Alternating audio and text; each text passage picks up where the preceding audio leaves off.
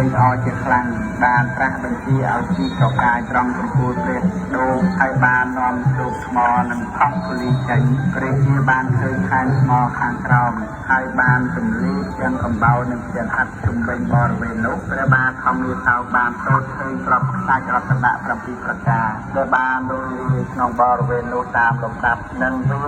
សង្ឃៈដយន្តរូបមនុស្សយន្តធ្វើកម្មព្រះខ័ណ្ឌរត់វេជុំវិញយ៉ាងលឿនដោយជាខ្យល់ជុះព្រះជាបានបួងសួងសូមឲ្យសរសៃខ្សែទាំងពួងវិនិច្ឆ័យទៅសំបីធ្វើយ៉ាងនេះក៏មិនបាត់ឡើយព្រះអង្គនមស្ការទេវតាទាំងឡាយហើយត្រាស់ថាខ្ញុំព្រះអង្គមកនេះដើម្បីអារាធនានៅព្រះជាទៅបញ្ចុះក្នុងព្រះចក្ខុទាំង84000ហើយព្រះអង្គទ្រង់ជួយសក្ការៈពួកទេវតាសូមឲ្យធ្វើអន្តរាយដល់ព្រះអង្គឡើយព្រោះនោះសក្ការៈទេវតាបានមានទៅឃើញព្រះបាទធម្មសោហើយបានហៅវិសកម្មទេវបុត្រមកថានៅអ្នកនេះទៅព្រះរាជាព្រះបាទធម្មសោព្រះអង្គទ្រង់អារាធនាព្រះបរមធាតុទៅដូច្នេះអ្នកចូលទៅកាន់ទីបរិវេណនោះហើយទម្លាយនៅរូបមនុស្សយន្តធ្វើនោះចេញវិសកម្មទេវបុត្រនោះក៏បាននិមិត្តខ្លួនជាក្មេងស្រុកម្នាក់មកកាន់ក្នុងដៃបានខិតចំពោះព្រះភ័ក្ត្រព្រះរាជាហើយបានទូលថាខ្ញុំព្រះអង្គអាចនាំចេញបានមហារាជព្រះរាជាទ្រង់បានថា